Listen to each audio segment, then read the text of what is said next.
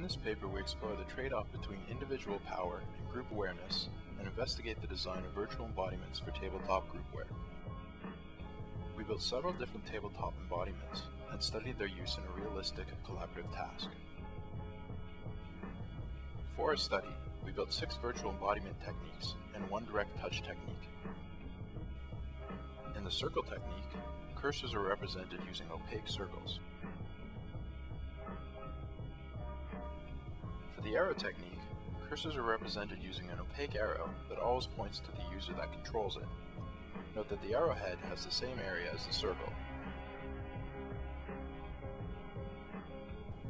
In the narrow pantograph technique, the line is drawn from the table edge, where the user is sitting, to the cursor position. The line is semi-transparent. For the wide pantograph in front, the embodiment is the same as the narrow pantograph, except the embodiment is 10 times wider.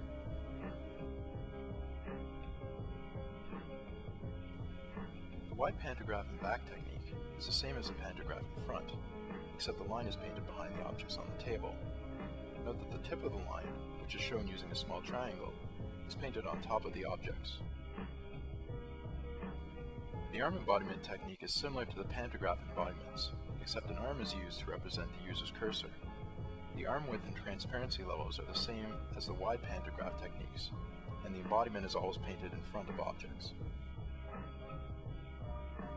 Finally, the direct touch technique used the drag and drop style of input.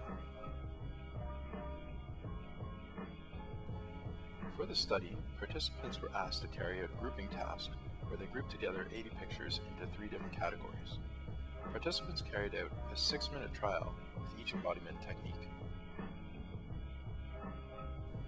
In order to assess participants' awareness of other cursors, the task was frozen at random intervals. When the task was frozen, the screen would go blank and each participant had to click on a box placed in front of them. This was done in order to change their current hand positions. A radar view was then displayed in front of each user. The radar was oriented so that it corresponded to the user's view of the table. An arrow appeared above each user's radar and pointed to another user. Each user was asked to click their stylus on the radar in the position where that user's cursor was located when the screen froze.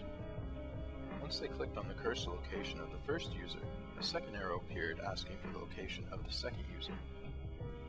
Once all users specified the locations of the other 2 participants, the radars disappeared and the users were able to resume the task. Our study is the first exploration of the awareness differences between direct and relative interaction techniques.